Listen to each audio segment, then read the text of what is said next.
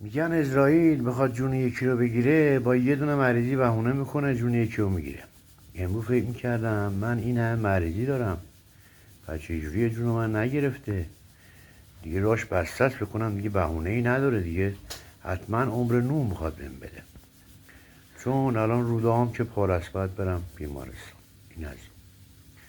قندم که دارم به شدت اذیتم میکنه، کلسترولم که دارم، تیرویدم که دارم، فشارم میره بالا 18 19 20، یهو می‌بینی میاد 8. میگم اون چیه این چیه خدایا.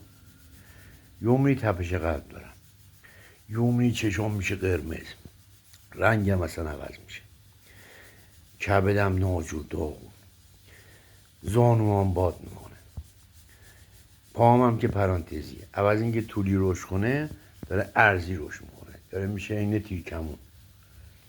تنگی کانلوخا دارم، یه خورده راه برم چند روز میافتم، سر پا بمونم بعد چند روز بیام. دیشب اونقدر اذیت شدم. خلاصه درد زیاده، من فکر کنم عمر 9 دارم.